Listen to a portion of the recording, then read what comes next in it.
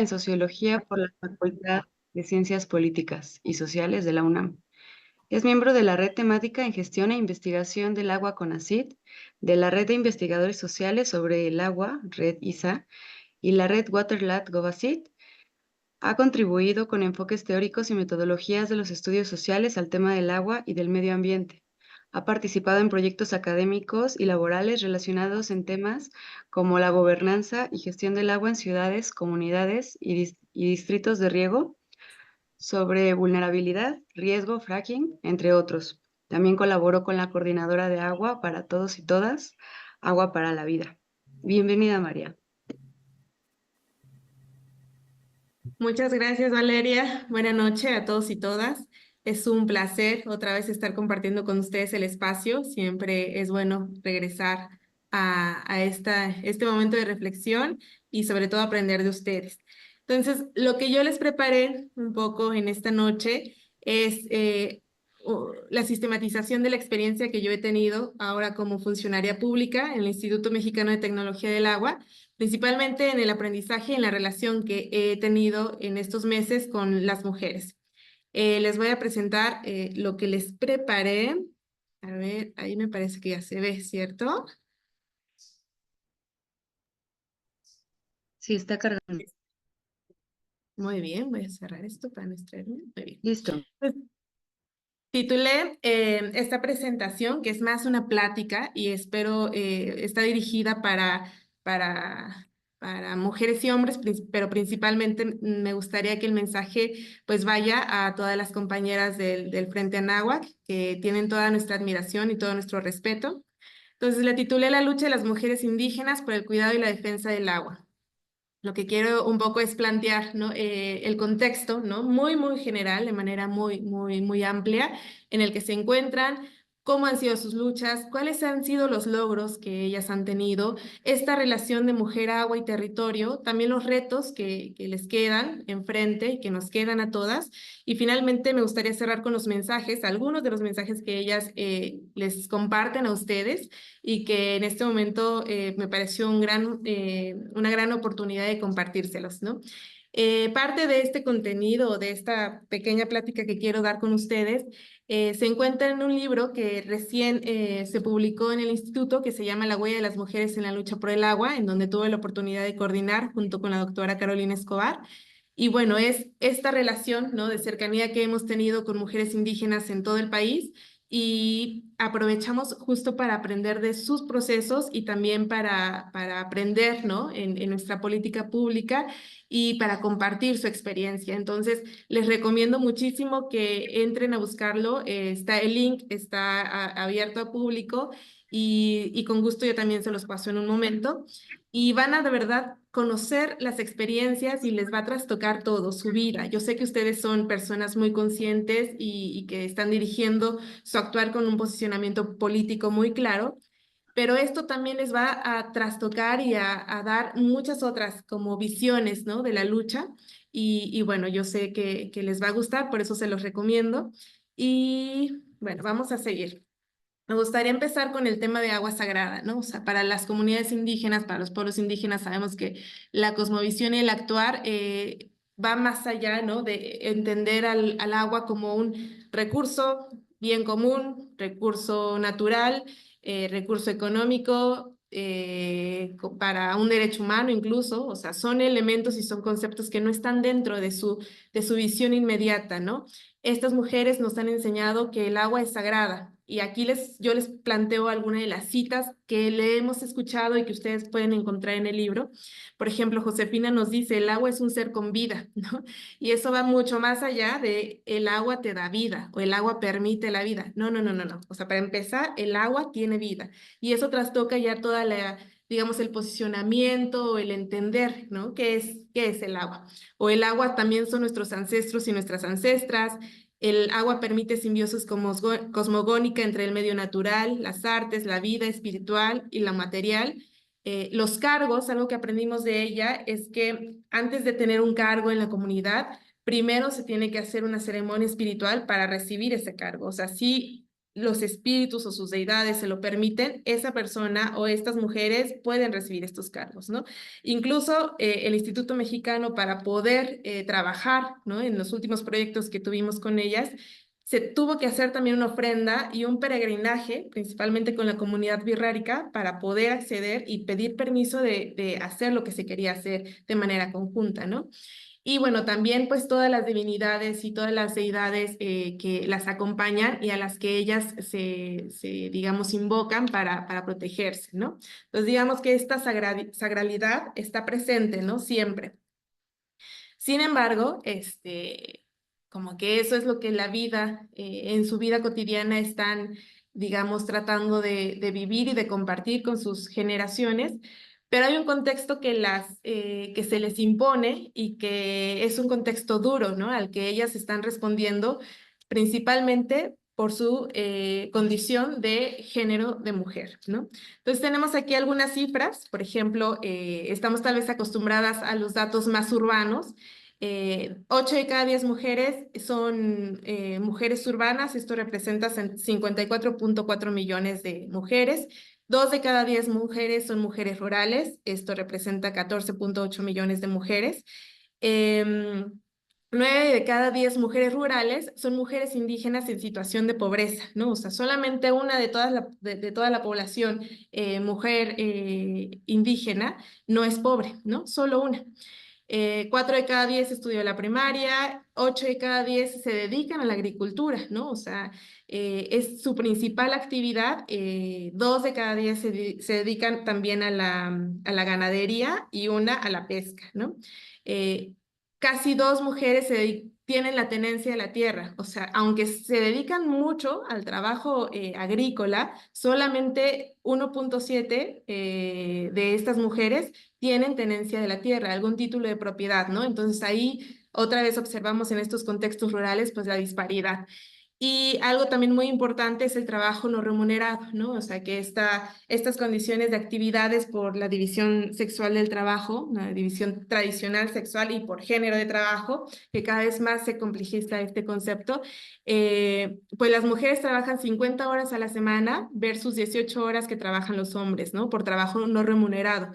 Es decir, son 4 de cada 10 mujeres no están recibiendo un salario por sus actividades. En términos de servicio de agua, estos ya sabemos, es muy claro que es muy engañoso, ¿no? 9 de cada 10 viviendas tienen red y 8 de cada 10 viviendas tienen red en contextos rurales, ¿no? Y arriba, 9 de cada 10 en contextos urbanos. Sin embargo, sabemos que eso no garantiza absolutamente que tengas la continuidad que se requiere para que tengas una vida digna y la suficiencia que se requiere para que tengas una vida digna y que tampoco la frecuencia, ¿no? O sea, que tengas todo el día o todos los días. Y eso se refleja en que en 8 de cada 10 viviendas donde no hay agua son las mujeres y las niñas donde van a acarrearla, ¿no? Es un contexto de 7.8 millones de hogares que no tienen acceso a agua potable, ¿no? Esto es parte de las cifras que rodean a la vida de estas mujeres, de algunas de estas mujeres. Y ese acarrear agua, ese no tener el agua, tiene diferentes impactos, ¿no? Ustedes ya lo saben, esto ya afortunadamente se ha podido documentar de manera muy compleja y muy completa también. Algunos de estos son en la salud principalmente, ¿no? O sea, porque afectan el cuerpo, afectan la cintura, la espalda, las matrices, porque eso implica abortos, porque las niñas impiden su crecimiento, por el higiene de las mujeres en su menstruación, en su embarazo, en su posparto y también por el impacto en las preocupaciones y los sentimientos, ¿no? O sea, es un conglomerado de impacto que no existe un indicador aún para poder integrarlo en la dimensionalidad, ¿no? De la falta de agua. También afecta en su educación, en su espacio laboral y profesional, es decir, les limita el tiempo para poder desarrollarse en otras áreas que también son derechos humanos, ¿no? Por supuesto, afecta su ingreso, en el tiempo para que quieren dedicar para actividades recreativas y también en su seguridad, ¿no? Se ha documentado este tema en diversas formas, tanto las mamás que se van a acarrear y que los niños se quedan en casa y tienen accidentes, o las hijas que van a acarrear y que son violadas en el trayecto, etcétera, ¿no? Entonces, los impactos en las mujeres rurales que están acarreando el agua, también en las mujeres urbanas, son diversos, ¿no?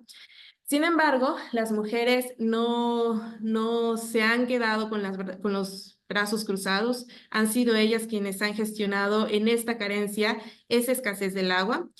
Y gestionado es tal vez una palabra equivocada, pero me refiero a que han estado, a que han resuelto, han llevado poca agua o han llevado de media calidad, ¿no?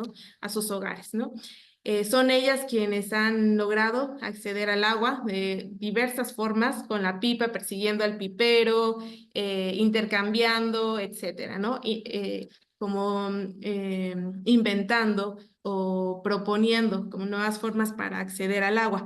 Y son ellas también quienes la cuidan, quienes la conservan, ¿no? O sea, la que recicla el agua de lavar, pero también para trapear, pero también para las plantas, ¿no? Son ellas las que idean todo este sistema de cuidado, ¿no? Eso, bueno, se sabe desde hace ya mucho. Y también han intervenido en otras formas, ¿no? O sea, ya también han pasado esta barrera de solamente me quedo en el hogar resolviendo la falta de agua, sino también han propuesto como, bueno, ahora en nuestra comunidad o en nuestros hogares vamos a construir una olla de captación de agua, por ejemplo, ¿no? Hemos nosotras acompañado estos procesos y son las mujeres quienes están con la pala construyendo estos sistemas, ¿no? De tanto de cosecha como de almacenamiento, y van más allá, ¿no? O sea, como, bueno, si hay que cuidar el agua, hay que hacer sistemas eficientes de riego de nuestras pequeñas parcelas o de nuestros huertos de casa, ¿no? Entonces, son las mujeres que están ideando esta complejidad de soluciones ante una falta de agua, tanto por la sequía, el contexto geográfico y principalmente por la falta de presencia del Estado. También las mujeres son defensoras, no solamente gestoras, ¿no? O sea, las mujeres van más allá del cuidado y del acceso y de distribuir el agua de forma inmediata, ¿no? También están defendiendo su territorio, dicen ellas de todo junto, están liderando organizaciones, movimientos desde hace mucho tiempo y esto les ha costado opiniones de la gente, críticas de la familia, asedio, etcétera, ¿no? Afortunadamente tenemos casos muy exitosos, ¿no? Ustedes pueden revisar lo que ha pasado con la recuperación del territorio Ralámuli en la Sierra Tarahumara, en donde fueron las mujeres justo quienes se organizaron y empezaron a documentarse y a capacitarse y lograron que se les regresaran miles de hectáreas de su territorio sagrado, ¿no? Entonces ellas ya se están involucrando también, ¿no? O sea, no son las mujeres, digamos, sumisas o que no saben o estos prejuicios que siempre hemos o han cargado, ¿no? O sea, las mujeres están formándose, se están capacitando y están enseñando. Em, Algo que les quería compartir es que tal es el papel de las mujeres. Quería compartirles esta anécdota. Una vez en el territorio yaqui, en el pueblo yaqui, se presentó los resultados de estudio de calidad del agua. Malísimo, todo mal, todo mal, todo mal, todo mal. Y se presentó en la Herramada, que es el espacio sagrado de la toma de decisiones del pueblo yaqui, y estaban solo gobernadores hombres. Y atrás, así fuera, muy lejos, estaban las mujeres como poniendo atención o viendo. Y después de presentar los resultados, como que los gobernadores dijeron, listo, pasemos al siguiente punto, ¿no? ¿Qué más se va a ver? Entonces las mujeres detrás empezó un bullicio de cómo que tenemos agua de mala calidad y empezaron a hablar en su lengua y les empezaron a decir que no, que pusieran cartas en el asunto sobre ese tema. Y gracias a ese tema se llevaron garrafoneras, porque si hubiéramos pasado de tema, digamos, en la asamblea, pues ya no se hubiera hecho nada por el tema de la calidad. Pero fueron ellas las que dijeron no. Y gracias a eso hay garrafoneras y se está haciendo un acueducto ya aquí para la distribución de agua. Y bueno, esa es la importancia, ¿no? Ahora de la mujer indígena. La mujer indígena está transformando su territorio.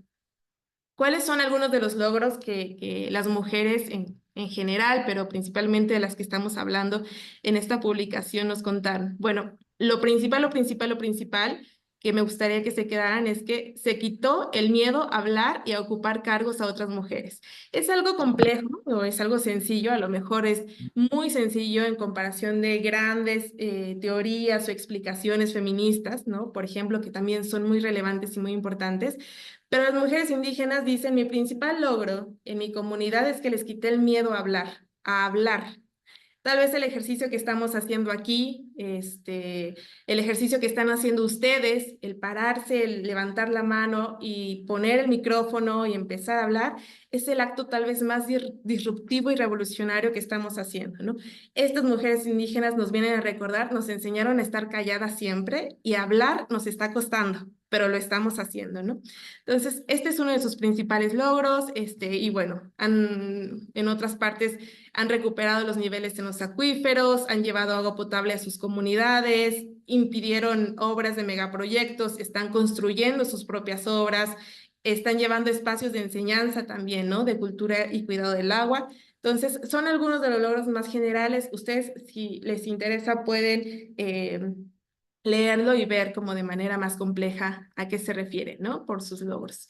Y también esta relación de mujer y territorio, ¿no? Decimos que las mujeres son defensoras y desde mi perspectiva, esto es algo muy propio, es por tres características, ¿no? O sea, sí, las mujeres tenemos cualidades muy propias de las mujeres y eso hace que tengamos tres perspectivas, tres visiones que suman mucho a la defensa del territorio y al cuidado del agua. Primero, la visión colectiva, ¿no? O sea, es más fácil que haya corrupción en el otro género, no quiero sonar con discriminación, pero es más fácil que la mujer tenga una perspectiva y una visión colectiva, es decir, ve por su pueblo, y eso no es fácil de lograrlo.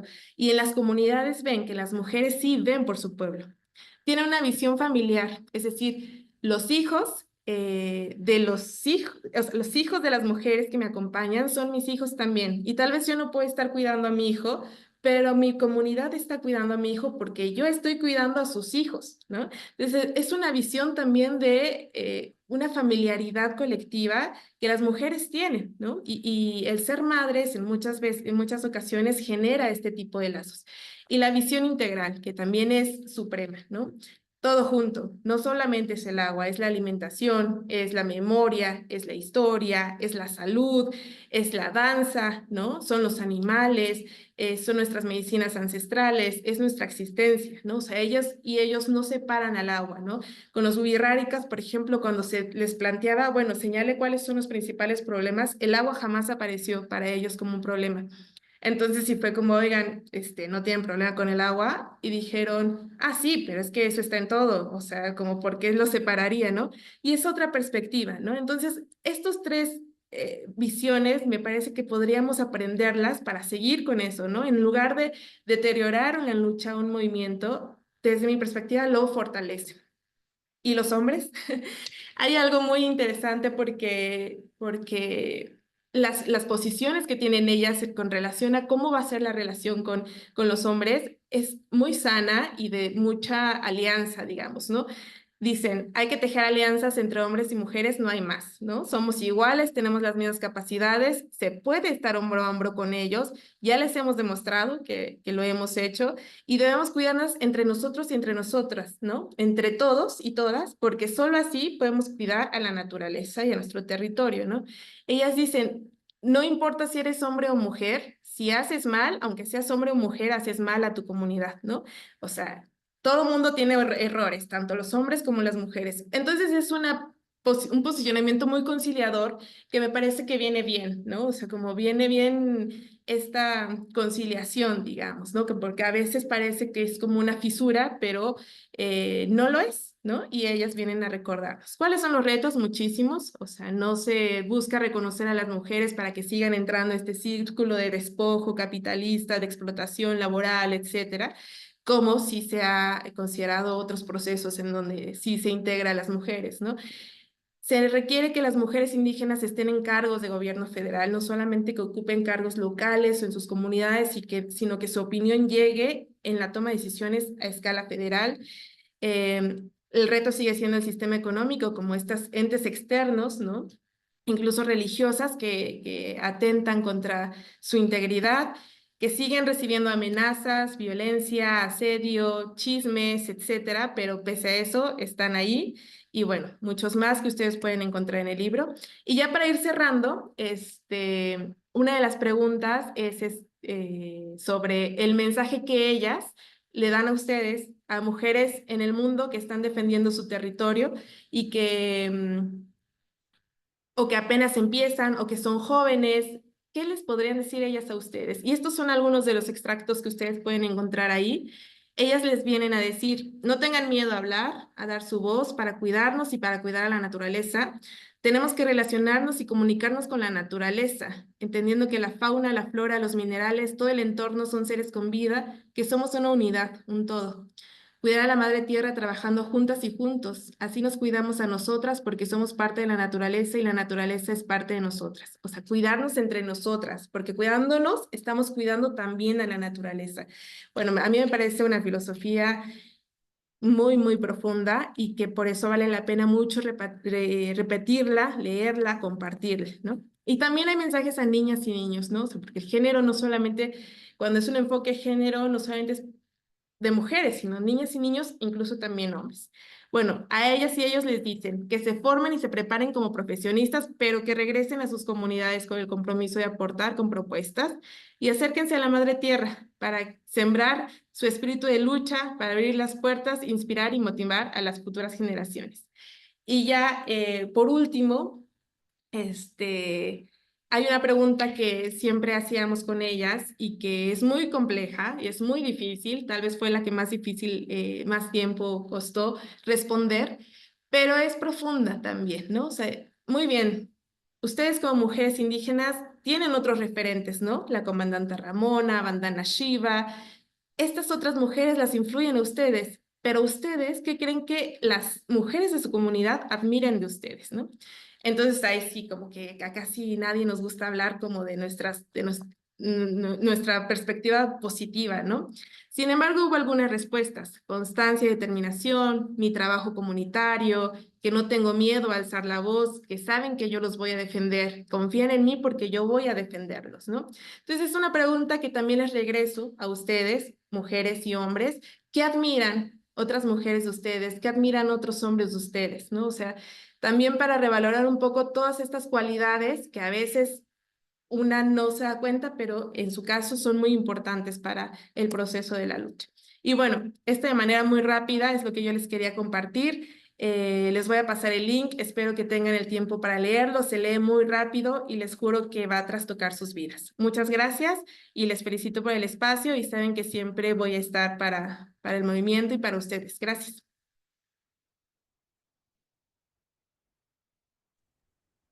Muchas gracias, María, por compartirnos esta presentación.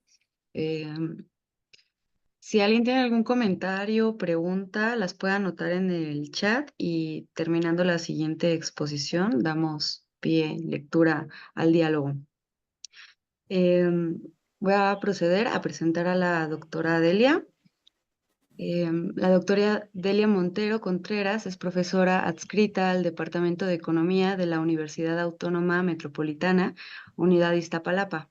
Pertenece al Sistema Nacional de Investigadores con el nivel 1, doctora en Economía por la Escuela de Altos Estudios de América Latina, Sorbonne Noble París, Francia. Es miembro fundador y jefa del área de investigación de Economía Institucional, Estado y Gestión Social, adscrita al Departamento de Economía y miembro fundador de la Red de Agua de la UAM. Ha coordinado varios proyectos multidisciplinarios relacionados con el agua, principalmente, y también ha participado en el Consejo Científico del International Council for Canadian Studies, así como de la Asociación Internacional de Estudios Quebecois y profesora invitada a la Universidad de Quebec en Montreal. Actualmente coordina la Red Mexicana de Estudios Institucionales. Su trabajo de investigación se ha centrado en la política y gestión del agua. Entre sus publicaciones destacan dos libros: Instituciones y Actores, un enfoque alternativo para entender el consumo de agua embotellada en México, eh, y Transnacionales, Gobiernos Cooperativos y Agua Embotellada, el negocio del siglo XXI. Ediciones del libro IWAM México 2015. Ha publicado varios artículos sobre el agua e instituciones en diversas publicaciones mexicanas y de otros países. Doctora, le cedemos el micrófono. Pues muchísimas gracias por la invitación. Eh, Estoy muy contenta de compartir pues algunas cosas de las que yo he trabajado y que en cierta forma todos estamos vinculados. Eh, el tema es sobre las mujeres, ¿no? El tema de esta sesión, pero me gustaría vincularlo a un tema del consumo de agua embotellada. Y me van a decir, pues, ¿por qué las mujeres y el agua embotellada? Bueno, por muchas razones. Primero, porque ellas son las que se ocupan de que siempre haya agua de garrafón en la casa. Y la segunda es porque ellas se ocupan del gasto en los hogares. Pero me voy a enfocar principalmente en este tema del consumo de agua embotellada. Estoy segura que de los 38 participantes, excepto yo, quiero pensar o estoy casi segura que todos consumen agua de garrafón. Si pueden, pongan su dedito para que me digan sí o no. Que es un ejercicio que yo hago siempre. Bueno, Fabiola, no, posiblemente hay algunos, pero ahí está, la mayoría o una parte importante. Va un segundo que yo no, no de la llave, no, bueno, qué bueno. Qué bueno que tienen agua potable. Pero en general, y les podría asegurar que un 90% de la población del país consume agua de garrafón. Y esto, pues cuando yo empecé a estudiar el tema, que fue hace, no sé, primero empecé a estudiar las transnacionales, que fueron las que nos trajeron la idea del consumo de agua embotellada, cómo funcionaban las transnacionales a nivel mundial, cómo se fueron expandiendo, etcétera, que de ahí salió un libro. Y después empecé a ver específicamente el caso de México, porque deshonrosamente somos el primer lugar que consume agua embotellada a nivel per cápita. Digamos, en los trabajos que tenemos, sobre todo para la Ciudad de México, son de 200 a 300 litros por persona al año. Y en Iztapalapa, que es para los que viven en Iztapalapa, que es la zona oriente de la Ciudad de México, donde falta el agua, etcétera, llegan hasta ser hasta 500 litros por persona al año. Y eso en términos de gasto familiar, pues impacta mucho. Y la gente no se da cuenta. Es como si se hubiera convertido en un gasto hormiga, en algo que es normal, ¿no? Hace tiempo una alumna mía quiso hacer su tesis de la maestría sobre el agua embotellada y lo comentó con alguno de sus compañeros y le dijo, oye, pero ¿por qué vas a estudiar eso? Pues es normal que tomemos agua embotellada. ¿Para qué pierdes el tiempo? Y fíjense que no es normal y es preocupante porque en los hogares gastan mucho, mucho dinero en el agua embotellada. Y a mí me preocupa mucho que ahora, por ejemplo, la jefa de gobierno de la Ciudad de México, Clara Brugada, diga que se van a vender los garrafones a 7 pesos, en lugar de mejorar la calidad del agua que llega a los hogares. Y ahorita les voy a decir por qué me parece una incongruencia. Cuando yo empecé a estudiar este tema del agua embotellada, pues realicé una historia de cómo había evolucionado ese consumo, qué pasaba, por qué estamos donde estamos, ¿no? ¿Qué fue lo que pasó? Y yo siento que hubo un parteaguas, digamos, que inició en la Ciudad de México con el terremoto del 85. ¿Por qué un parteaguas? Porque antes nos decían que hirviéramos el agua, pero mucha gente ni la hervía, tomaba agua de la llave. O sea, todos tomábamos agua de la llave. Y en provincia ni se diga, en el norte, en el sur, por donde sea se tomaba agua de la llave. pero el parteaguas empieza en 85. Y entonces a nosotros nos decían que las tuberías pues se habían roto, cosa que era cierto, y que podía haber infiltraciones del drenaje con las redes de distribución, porque pues hubo el movimiento telúrico, cosas de esas, cosas que eran ciertas, que habían ocurrido en una zona, principalmente en la zona centro, ¿no? Pero Coyoacán, otras zonas no sufrieron mayores daños, ¿no? Y a partir de ahí, digamos, hubo un control de la información, porque no nos decían qué pasaba, si ya se repararon las fugas, pues no nos decían nada. Entonces ahí, digamos, claro, el mensaje era hierve el agua. Entonces, los que vivíamos en la Ciudad de México empezamos a hervir el agua, ¿no? Por temor a que las filtraciones de aguas negras con la tubería, pero pues eso se arregló. Digamos que a lo mejor tomó 6 meses, 8 meses, pero nunca nos dijeron que ya estaba arreglado. Nunca nos dijeron que podíamos tomar agua de la llave y nunca nos dijeron nada. Y digamos, ese empieza a ser un cambio de hábitos, ¿no? De tomar agua de la llave como salía a hervirla. Después, eso fue en 85. En los 90 pasan dos eventos muy importantes. Uno es la epidemia de cólera en 92, que yo no sé si algunos se acordarán. Y otro es empiezan a salir al mercado las principales transnacionales. Entonces, primero, para el evento de cólera,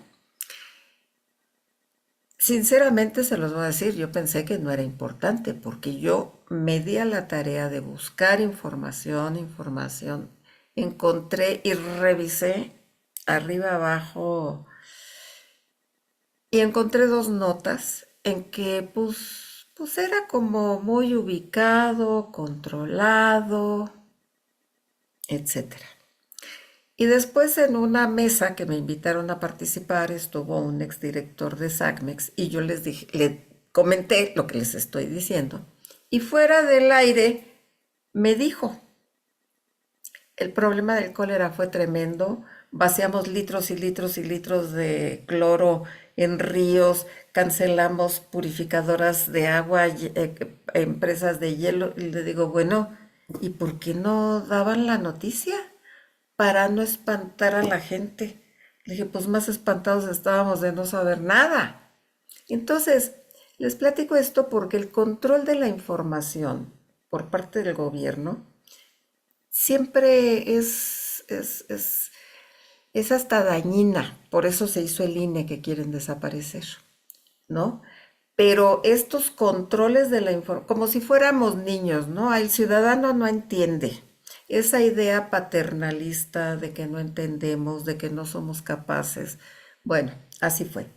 Por otro lado, en la década de los 90, las empresas transnacionales, que son principalmente dos europeas que se dedican a embotellar agua desde los 1800 y que tienen una gran fíjense, en Europa, a pesar que hay una gran cultura del agua embotellada, porque ahí empezó, no consumen tantos litros como nosotros. Entonces, estas empresas, cuando se abren los mercados y cosas de estas, incursionan en México, llegan a un mercado, pues ahora sí que se junta la necesidad con el hambre con la oferta de agua, o sea, el hambre, digamos, la necesidad de agua, porque no teníamos información, no sabíamos, había incertidumbre. Y cuando hay incertidumbre, está probado que tomamos la decisión que nosotros consideramos la más segura. Y entonces se conjuga este encapsulamiento de la información, que no hay información sobre el agua, tenemos incertidumbre, y las transnacionales que incursionan. Una de las primeras que incursionó fue Danone, que hizo alianza con Bonafont Bonafón empezaba, era una empresa chiquita, ya existía Electropura, pero era un consumo, digamos, clase media alta, principalmente alta, porque las clases medias seguían tomando agua de la llave. Y bueno, en esa década, ante la falta de información y la oferta de entró Nestlé y Danone, que hicieron sus alianzas, Nestlé con Santa María, Danone con Bonafont, y empezaron a tejer sus redes de distribución. Y mientras continuábamos a hervir agua, etcétera. Pero eso era en la Ciudad de México, ¿eh? O sea, para el 2000, Coca-Cola y Pepsi-Cola, que entraron al mercado mexicano con sus refrescos desde los 40, 50, habían desarrollado grandes redes de distribución en todo el país de sus refrescos. Y claro, se estaban perdiendo el gran negocio del agua, porque todavía al 2000 nadie nos daba información, nadie nos decía, nadie nada. Entonces, las refresqueras, digamos, entran al negocio y ya no es nada más la Ciudad de México la que consume agua embotellada, porque tiene la incertidumbre. Empiezan a crear estrategias de marketing, expansión, eh, van adaptándose. Las refresqueras tenían una gran ventaja, que conocían el mercado, ¿no? De los refrescos. Pero su ventaja mayor eran sus redes de distribución. Ustedes saben que la Coca-Cola llega hasta la última ranchería. Y entonces, digamos, entre la falta de información por parte del gobierno y la incertidumbre de los mexicanos y las estrategias, ¿no? Llegamos a un 2010 donde las transnacionales acaparan no nada más la Ciudad de México, sino todo el país. Ustedes si vieron las imágenes que presentó María, saca una imagen donde hay una mesa, están ahí en una discusión de diálogo y todas son botellas de agua, lo cual nos muestra que en la sierra, en el norte, en el sur, en la gran ciudad, en la chiquita, se consume agua de garrafón. Tengo un colega que vive en Macultianguis, en la Sierra de Oaxaca, y nos invitó a hacer un trabajo de campo para ver cuestiones del agua, ambientales. Bueno, en todas las casas hay garrafones y los llevan de lejos, etcétera, teniendo el manantial al ladito. Un manantial, este, no contaminado, no hay pastoreo, no hay industria, no hay nada, o sea, donde anteriormente la gente tomaba agua de ahí para beber. Bueno, pues no. Entonces, en los 2010, vemos que se incorporan pequeños negocios que le llamamos purificadoras. Estos negocios en la Ciudad de México, pues pero no nada más en la Ciudad de México, en todo el país. Estos negocios pues se han expandido, pero estos negocios no están regulados, no están dados de alta, la mayoría, a menos que sea una purificadora de talla media, pero los pequeños negocios que van apareciendo, que seguramente ha de haber algunos cerca de donde ustedes viven, porque aquí cerca de mi casa hay como 4, la mayoría no están certificados.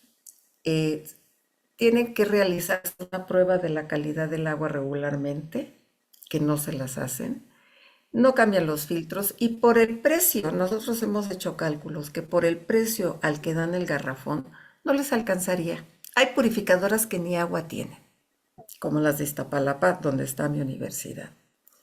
Y ahí sí conocemos muy bien el asunto, porque en Iztapalapa no hay agua, llega la pipa a saber de dónde viene el agua, no cambian los filtros, etcétera. Y datos, o sea, recolección de datos de muestras que hemos hecho en la universidad sobre la calidad del agua de las purificadoras, nos muestran que la mayoría no pasa la prueba porque tienen colis, tienen metales, tienen una cantidad de cosas. Entonces, apostarle al agua embotellada tiene muchos riesgos, ¿no? Yo siempre digo, bueno, la calidad del agua en la Ciudad de México varía. Ustedes saben, el agua corre, pero en general, yo hablo de la Ciudad de México, que es lo que más conozco. Varía, pero hay plantas de potabilización, hay, digamos que pasa por filtros. Ujú. Y muchas veces, fíjense, el problema no es de la red pública, el problema es de la cisterna y de los tinacos, porque nosotros en la UAM desarrollamos un sensor para medir la calidad del agua que contempla 5 elementos fundamentales, cinco físicos y uno bioquímico, que son los coles. Y entonces las pruebas que hacíamos, la calidad del agua es una en la toma de la llave, que viene de la calle, y otra en la cocina, porque ya pasó por la cisterna, los tinacos, y la calidad cambia mucho. Entonces, ahí tenemos un primer problema. Eh, no hay una limpieza sistemática de tinacos y cisternas. Antes sí, o sea, había campañas de divulgación. Ahora alguien le dice a ustedes que limpien, pues, pues, pues no. Entonces la gente no sabe. Alumnos míos me han dicho, maestra, el agua, no sé qué, donde yo vivo, ¿ya lavaron la cisterna? A ver, pues vamos a preguntar. Pues nadie lavaba la cisterna, como si el agua se limpiara sola. Y es un agua que está en un depósito. Y claro, se van haciendo bacterias, bichos, cae polvo, etcétera. Entonces, las cisternas se deben de lavar y los tinacos 2 veces al año. Y ponen un sistema de ozonificación en su casa y es suficiente, ¿sí? Pero eso no nos lo dicen. No nos lo dice ni el gobierno, que es su obligación, porque para eso hay un gobierno. Si fuéramos tan sabios, pues no necesitaríamos un gobierno, ¿no?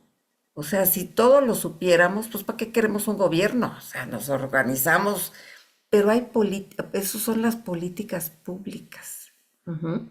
Entonces, hay una responsabilidad de llevar agua potable, asequible, etcétera, y debería de haber la obligación de darnos los resultados de la calidad del agua que estamos recibiendo, por obligación pública.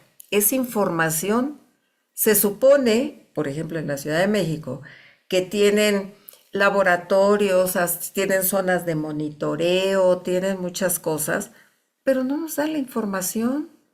Y una vez me comentaban que no daban la información porque no tenían los filtros, porque no tenían no sé qué, porque los resultados no podían ser diferentes a los que sacaban. O sea, no podemos vivir en esa incertidumbre porque nos pega en el bolsillo y en la salud. Ujú.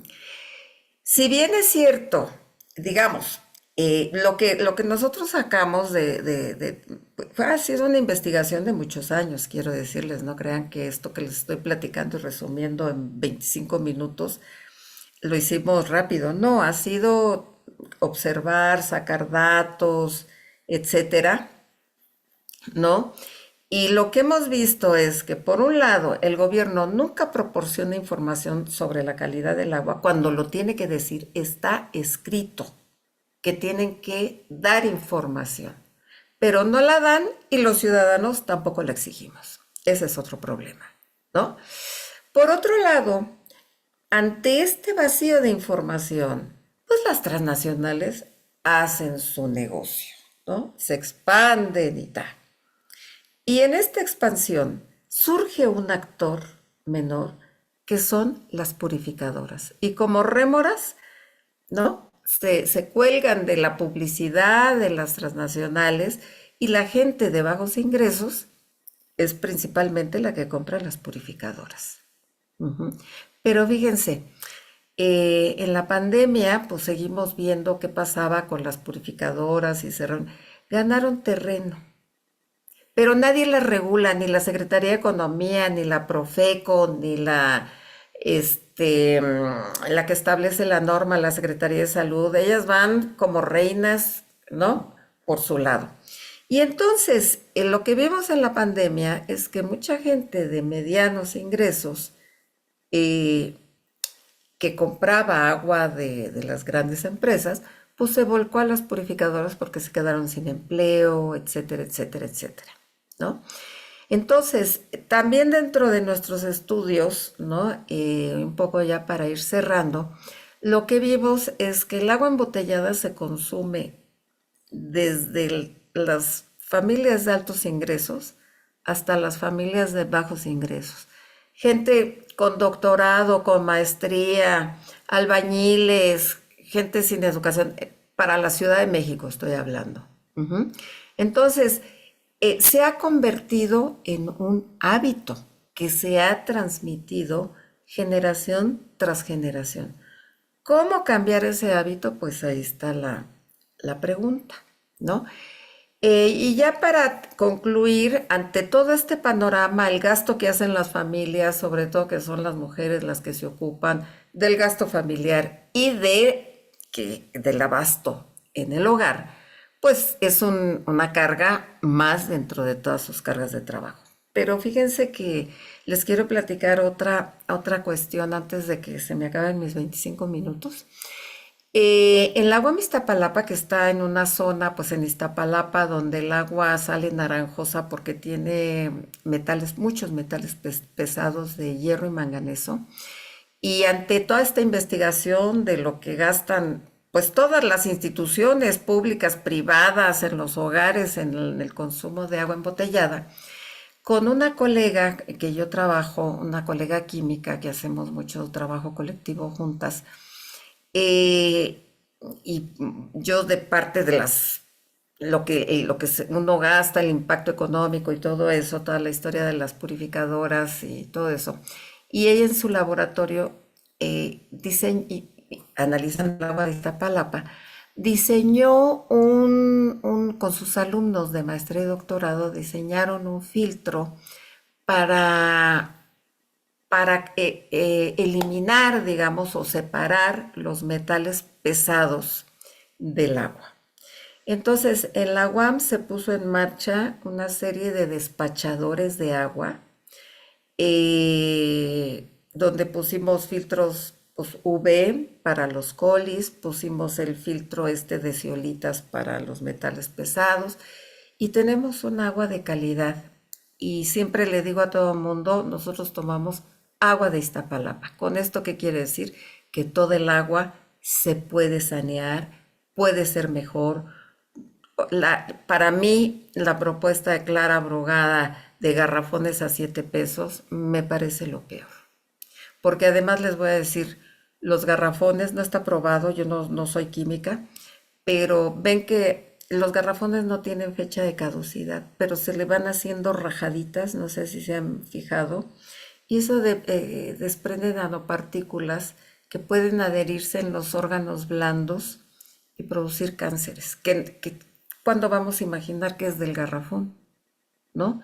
Entonces, pues yo lo que digo es regresemos al agua de la llave, si podemos proveernos los medios de lavar nuestra cisterna, el tinaco, un ozonificador, es mejor.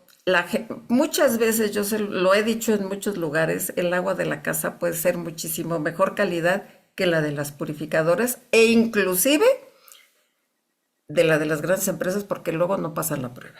Me lo han dicho colegas de Guamas Capozalco y de otras unidades donde han hecho pruebas sobre la calidad del agua. Y bueno, de paso, alivianaríamos a las mujeres porque son las que se ocupan del garrafón, son las que andan estirando el gasto para comprar el agua, etcétera, etcétera. Y bueno, pues muchísimas gracias por su atención.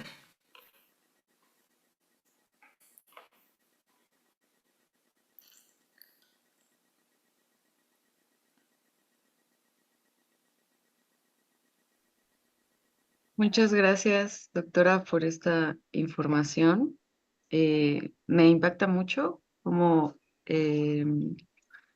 pues el nulo acceso a la información, como estos vacíos de alejarnos también de cómo cuidar las infraestructuras que nos rodean, ¿no?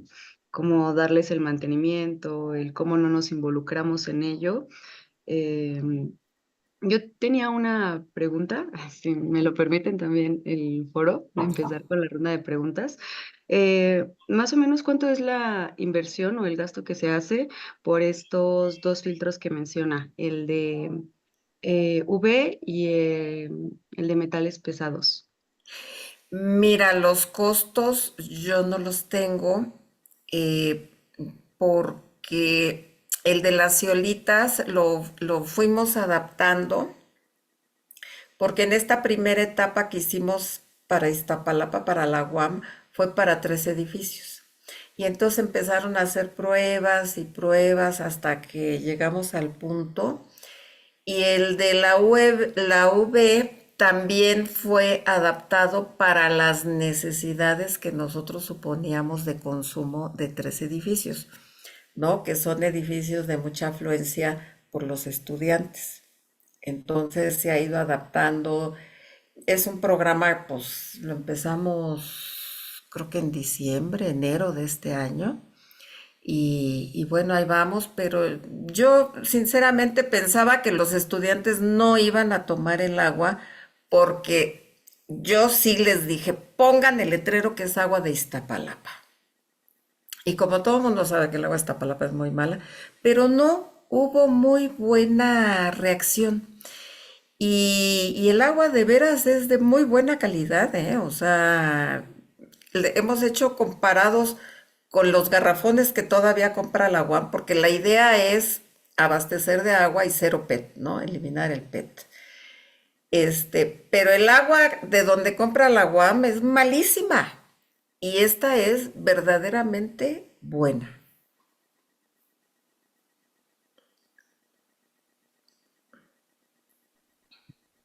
Pues muchas gracias a ambas. No sé si alguien del foro tenga alguna pregunta. Sí, Alejandro Ortiz nos comenta. Gracias. Una pregunta para la doctora Montero. ¿Hay algún estudio más reciente sobre la presencia de los PFOs en agua y suelo de México, además del estudio de 2017 del doctor Jesús Atenodoro del Semarnat? Bueno, yo no soy química, ¿eh? O sea, si me preguntan de cosas de contenidos, yo trabajo la parte económica principalmente, ¿no? Y el fenómeno del agua embotellada. Y pues, sin falsas modestias, sí les puedo decir que soy prácticamente, ahora ya hay más investigadores que tocan el tema, pero yo empecé con eso y todo el mundo me decía que yo estaba loca, que para qué estudiaba eso si era normal tomar agua de garrafón, ¿no? O sea, este, pero o sea, les puedo hablar de lo que yo conozco, ¿no? Pero cosas técnicas y de química, pues, ¿para qué les digo? No.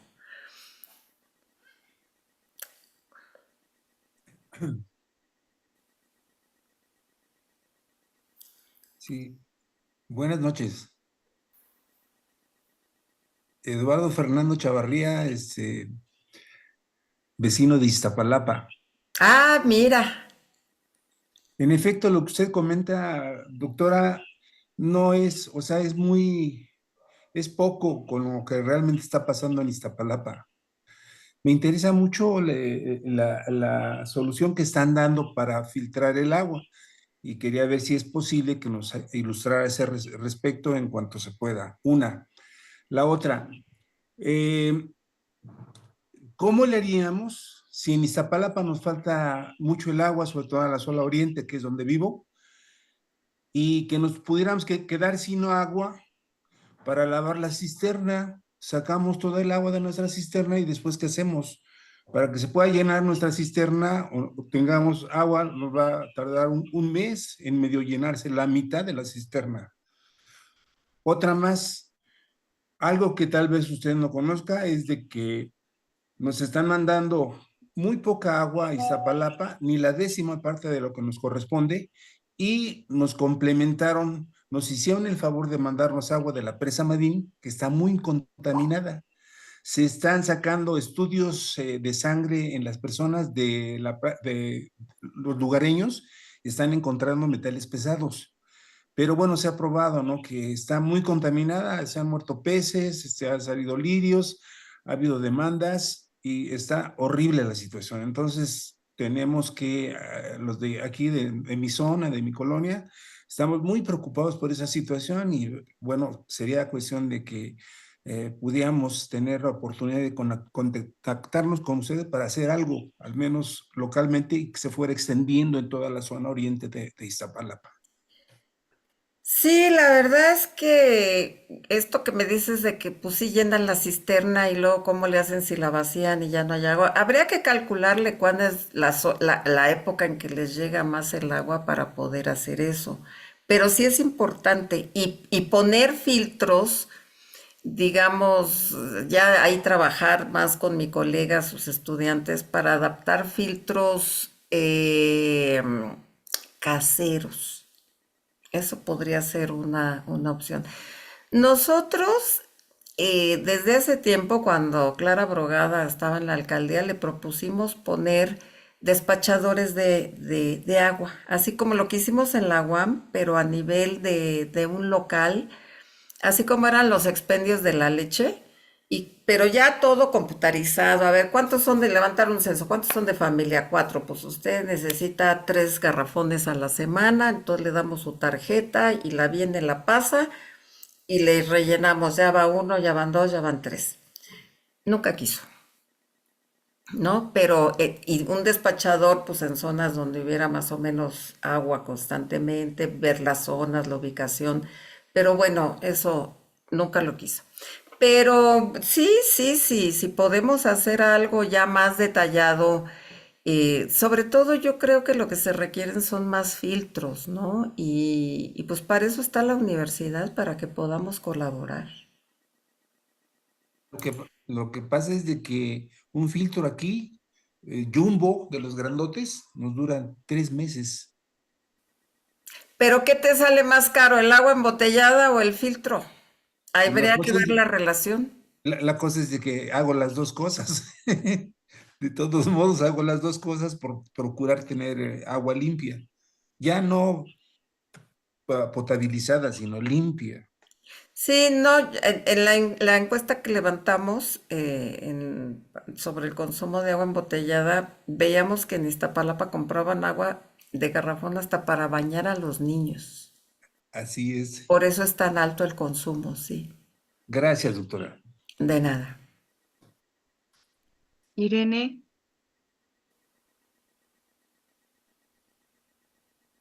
Sí, hola Macha, ¿qué tal? Buenas noches, compañeros. Pues mi pregunta es, y bueno, de alguna manera ya la respondió, ¿qué pasa con esta transferencia de tecnología de una institución de investigación o educativa, como es la UAM, hacia el gobierno? ¿Dónde es que digamos, ya no hay como la continuidad de aplicar estas soluciones o estas propuestas?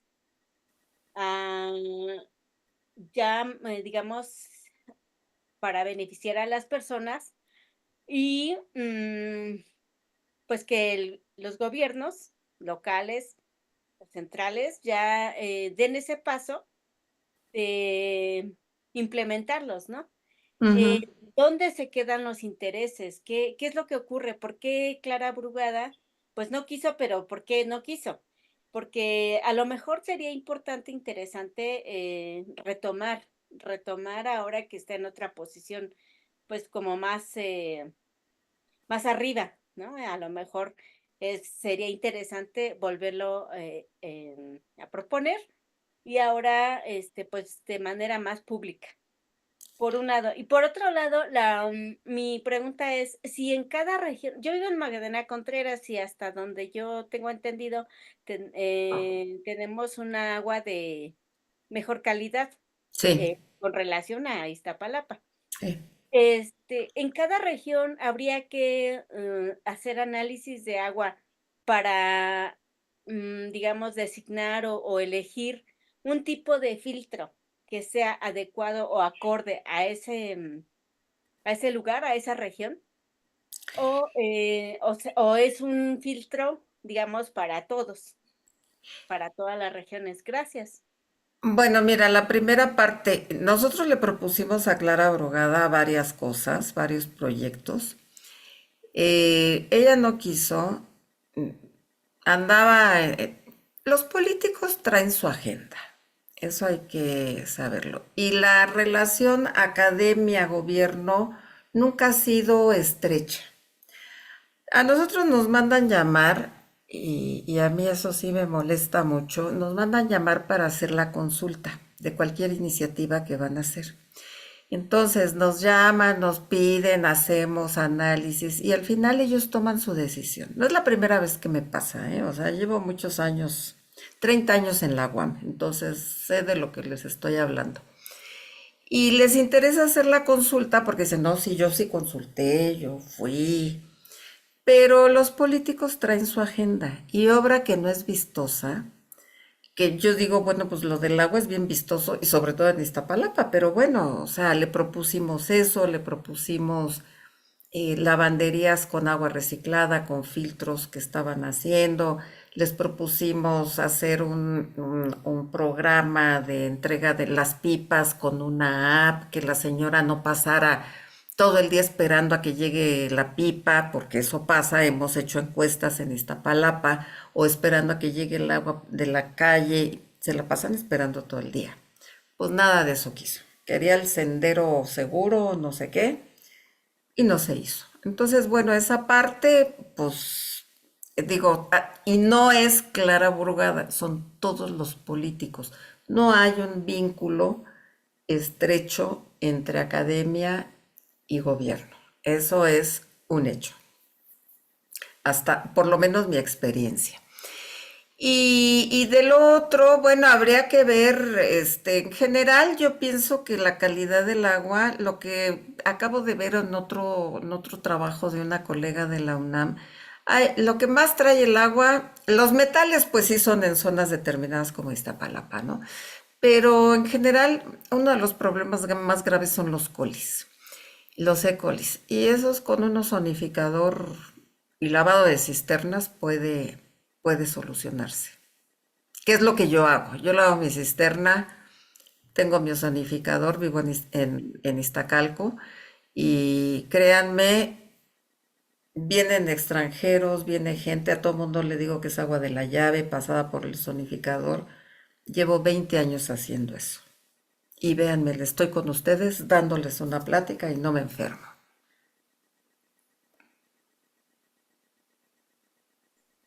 Muchas gracias. Sigue Kefren, no sé si quieras externar la pregunta o la leemos directamente. Bueno, la pregunta dice, doctora Montero, buenas noches. ¿A qué se debe que las leyes mexicanas sigan privatizando el agua y el costo del metro cúbico es similar a la de un ciudadano a una empresa internacional? Ay, espérenme, que está sonando el teléfono. Nada más lo apago. Perdón. Este, ¿Me puedes repetir? Porque me distrajo el teléfono. Sí, ¿a Pero qué se debe que las leyes mexicanas sigan privatizando el agua y el costo del metro cúbico sea similar de la de un ciudadano a una empresa internacional? fíjate que es muy curioso. Yo me opongo a decir que se ha privatizado, porque las concesiones, de acuerdo con la ley, son a 30 años, renovables a otros 30 años. Claro, si le sumamos 60, decimos pues ya se privatizó, ¿verdad? Pero no se ha privatizado porque, digamos, es una concesión en términos legales. El problema radica en que no hay ningún control en cuanto extraen, ese es uno. No hay control de la tarifa, ese es otro. Y no hay control de las aguas residuales. Pero ese es un problema del gobierno que no ha querido atacar, ¿sí? entre que la autoridad republicana, no sé qué, no hay medidores, aunque parezca increíble. Tú puedes sacar todo el agua que quieras del acuífero con una concesión a 30 años, renovable otros 30, renovable otros 30, son 100 años. Puede sonar una privatización, en efecto. En términos legales no lo es, y ese no es el problema. El problema es que no está regulada la cantidad que se extrae. Y ese sí es un problema grande. Ok, hay otro comentario sobre Horacio nos comparte que el agua embotellada trae consigo otras problemáticas concatenadas, un recipiente de un solo uso, la elaboración, el residuo que deja. Verónica pregunta, ¿dónde puedo comprar el ozonificador? Y Alejandro pregunta también si puede recomendar ozonificadores. Bueno, de los ozonificadores, hay una marca que se llama Bioson. Ahora sí que voy a hacer la publicidad. Es una empresa que está, me parece, en San Pedro de los Pinos, aquí en la Ciudad de México, y tienen para diferentes cantidades de ozonificar. Y yo pienso que se paga en un año. Y es con ese, digo, no es por hacerle publicidad a la empresa, pero es bien práctico porque en un depósito de vidrio, que es lo que yo hago, tengo uno chiquito, ya de muchos años, y le dan mantenimiento, ¿verdad?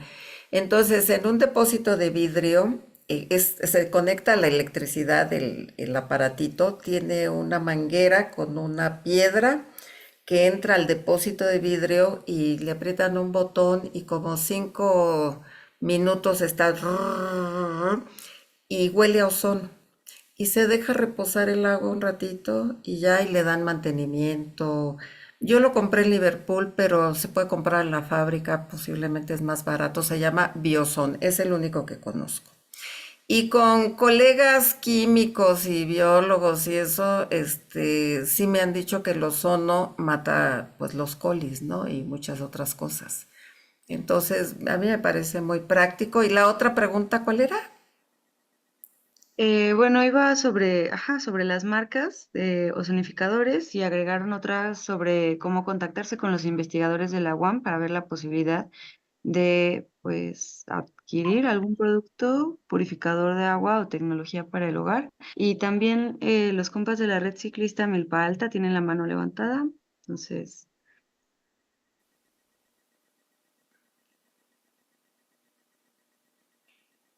Y Hola. bueno, sí, Muchas gracias. Pues antes que nada agradecer a ambas expositoras, pero quisiera un poco hablar sobre lo último que se está tocando, que es este problema que se da con el agua. A mí me gustaría plantear que si bien es cierto el gobierno, quien lo esté representando, tiene ciertos planes y programas que no coinciden de pronto con el pueblo o lo que demanda el pueblo, es justamente el no lograrlo porque no hay una organización. Nosotros como pobladores, como demandantes, tendríamos que tener la capacidad de solicitar algo y si es la mayoría que lo decide o que lo demanda, pues tendría que cumplirse.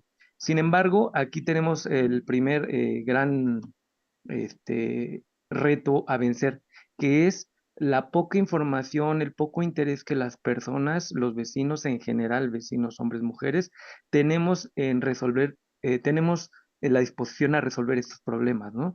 Entonces, una sugerencia que se tendría que estar haciendo o planteando es generar espacios permanentes para dimensionar el problema del agua de manera integral, porque no solo estamos hablando de tuberías o de si objetos que pueden purificar el agua. Estamos hablando o tendríamos que estar hablando de los bosques, de su buen estado. Si los bosques no están en un buen estado, justamente tenemos el problema de que están trayendo agua de otras, ahí se me olvida la palabra, pero de otros lugares sí. y un costo económico hacia el que lo traigan hacia la Ciudad de México. Entonces, eso por un lado. Y finalmente, el tema del agua gris o de que si está contaminada con aguas negras, también se podría solucionar haciendo uso, obviamente se necesita mucha conciencia y cambiar muchos hábitos, haciendo uso del baño seco, por ejemplo, ¿no? También revisar nuestros hábitos de limpieza en nuestras casas. Si todos usamos, ahora sí que estamos hablando de marcas pinol, pues agua revuelta con pinol, seguramente son químicos que se suman a esta agua y que la contaminan, ¿no? Y que luego para limpiarla cuesta trabajo y finalmente se sale a otras comunidades donde va a contaminar, pues, otros lugares, ¿no? Entonces, también revisar nuestra posición dentro de la cadena de contaminación al agua. Entonces, ahí nada más dejaré mi comentario. Muchas gracias. Sí, fíjate que tienes mucha razón. Yo siempre he dicho que un ciudadano, porque a mí no me gusta hablar de pueblo, nosotros no somos pueblo, somos ciudadanos. Un ciudadano informado es un ciudadano empoderado. Y pues no tenemos información, entonces no estamos empoderados y ese es un problema. No sabemos, no exigimos la información porque no lo sabemos. Y justamente ante estos vacíos de información a los que nos enfrentamos diariamente y cotidianamente, es que tomamos la iniciativa en la UAM de hacer un programa de radio y ahora sí voy a hacer el comercial para nosotros. Pues hemos puesto en marcha desde hace un año ya un programa de radio que se llama Aguacero, que se transmite por UAM Radio de todos los lunes, en vivo, todos los lunes y miércoles de 9 a 10 de la mañana, conducido por Sergio Bonilla, el hijo de Héctor Bonilla, y Karen Rivera, una chica que trabaja en el 22 y que conduce el programa. Tenemos un productor maravilloso y yo coordino ese programa. Entonces, la idea que tenemos con ese programa es dar información y cada semana, digamos lunes y miércoles, pues ya hablamos, por ejemplo, esta semana hablamos lunes y miércoles de lo que pasa en Acapulco, hablamos de la contaminación del agua, hablamos del agua embotellada, hablamos del drenaje profundo, es decir, tocamos muchísimos temas y pues yo los invito a que escuchen el programa, tiene su repetición para los que estén ocupados en las mañanas, miércoles y lunes, martes y jueves por la tarde. De veras los invito a que escuchen el programa, que nos escriban, a que sugieran temas, a que también nos involucremos un poco.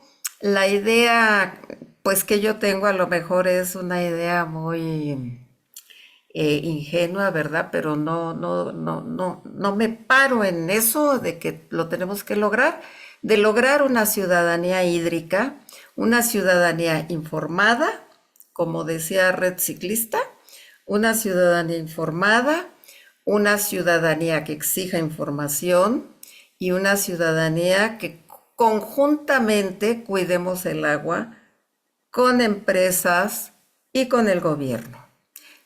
Yo siempre digo, todos somos usuarios, todos somos responsables, pero hay un responsable mayor, que es el gobierno, para eso pagamos impuestos.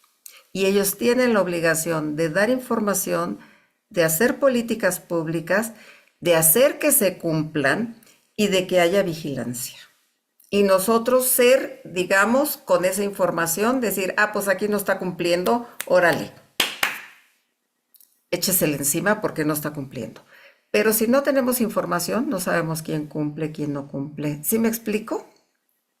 Pero hay que irlo construyendo.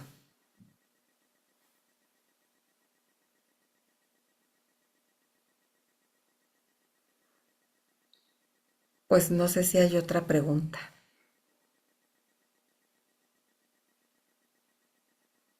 Buenas noches. Yo tengo una pregunta ¿Sí? y es respecto a lo último que se mencionó sobre es por qué ninguna administración o gobierno ha apostado por la purificación o el tratamiento del agua si toda agua es posible, ¿no? Que se pueda purificar, porque de fondo parece como que no se quiere tocar este negocio que está por debajo de la mesa sin tocar ninguna regulación o sin exigirle nada a las empresas transnacionales. Nada más antes, sí se llama Programa Aguacero y se transmite lunes y miércoles por One Radio. Fíjate que es muy curioso, es muy interesante esto que dices. A mí una vez me invitaron a una reunión con los de Conagua y me gusta empezar cuando hablo del agua embotellada por preguntar, a ver, levanten la mano, ¿quién toma agua de garrafón? Me sorprendió que el que era director en ese momento de Conagua, pues levantó la mano, ¿no? Así, pues yo tomo agua. O sea, para mucha gente está tan interiorizado que es normal que ni se ocupan. Esa es una. La otra, como yo soy muy mal pensada y leo muchas cosas, hay arreglos por abajo de la mesa. Ujú. Tan sencillo decir, tú no des información, ¿no? Y quédatela ahí y yo te paso una lanita. Para una transnacional 1 millón de pesos no es nada. Entonces son acuerdos, puede haber esos acuerdos, así como se los hicieron como fue lo que pagó la Coca-Cola a cada diputado, de 1 millón por diputado para que no votaran el alza en los impuestos de la Coca-Cola, ¿no? Eso sí se supo, pero hay cosas que no se saben. Entonces, por un lado hay un hábito, hasta para los tomadores de decisiones, que es normal tomar agua, y es muy cómodo pero porque no saben, o sea, no saben el impacto que tiene en el gasto de las familias. El impacto ambiental, como ya decían, ¿no? Todas las botellas, los garrafones, los impactos a la salud. O sea, un mal manejo de un garrafón puede generar muchas bacterias que nos van a dar una infección y no sabemos ni por qué. Y al que el último, el que le va a echar la culpa es al garrafón. No fueron los tacos de carnitas que me comí a la salida del metro, fue esto, pero al agua de garrafón jamás. Entonces, hay mucha falta de, no desinformación, falta de información. Y ese es un problema. Y eso, el mismo, Andrés Manuel López Obrador, yo me acuerdo mucho cuando llegó al gobierno, dijo que el agua embotellada entre dentro de la canasta básica. Yo decía, pero Dios mío, eso es una aberración. El agua debe de llegar a los hogares lista para ser consumida.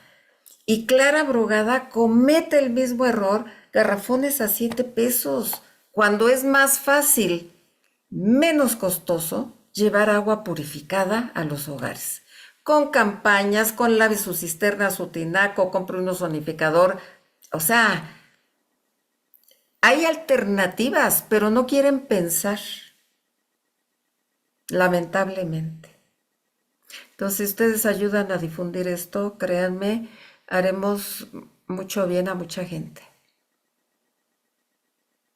Sí, los compañeros también nos comparten, de acuerdo con Euromonitor, en 2019 se consumieron 5.000 millones de litros de agua embotellada en México y las ventas ascendieron a 60.100 millones de pesos, lo que proyecta un aumento de 9% entre el 2019 y 24. Y nos comparten también el link de donde viene esta información. Ana nos comparte esta investigación llamada Las fichas de Coca-Cola. Documentó cómo un ex directivo de la refresquera pasó a ser director de Conagua durante el sexenio de Fox, triplicando los permisos de extracción para esta marca. Como bien dice la doctora, pues no hay un control de cuánto extraen y son renovables además las concesiones. Y se concentra el 82% del mercado del agua embotellada en México, la refresquera Danone y las estadounidenses Coca-Cola, PepsiCo. Y bueno, pues sí, mucho que difundir, mucho que podemos compartir. Pues Em, hagamos un efecto multiplicador, ¿no? De la información. claro.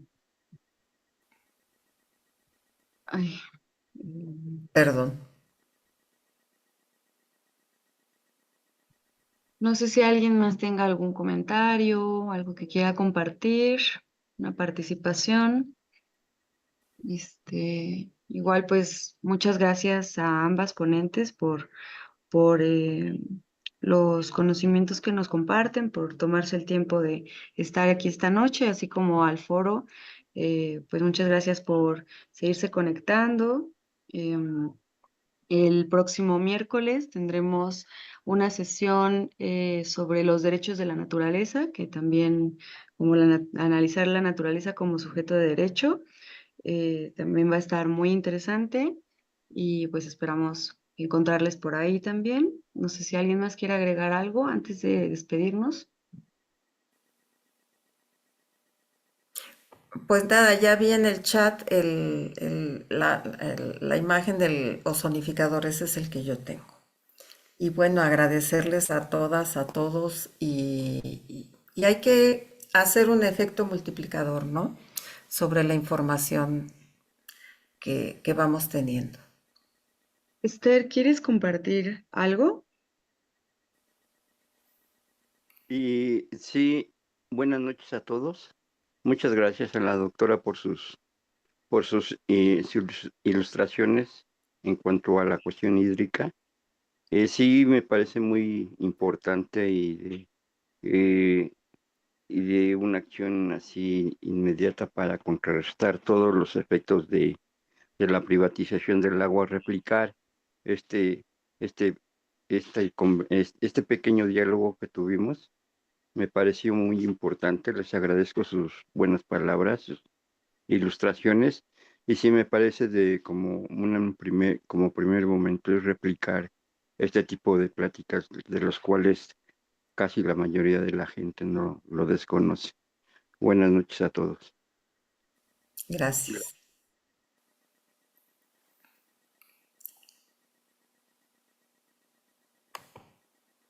Muchas gracias a todos, todas, y nos encontramos el siguiente miércoles.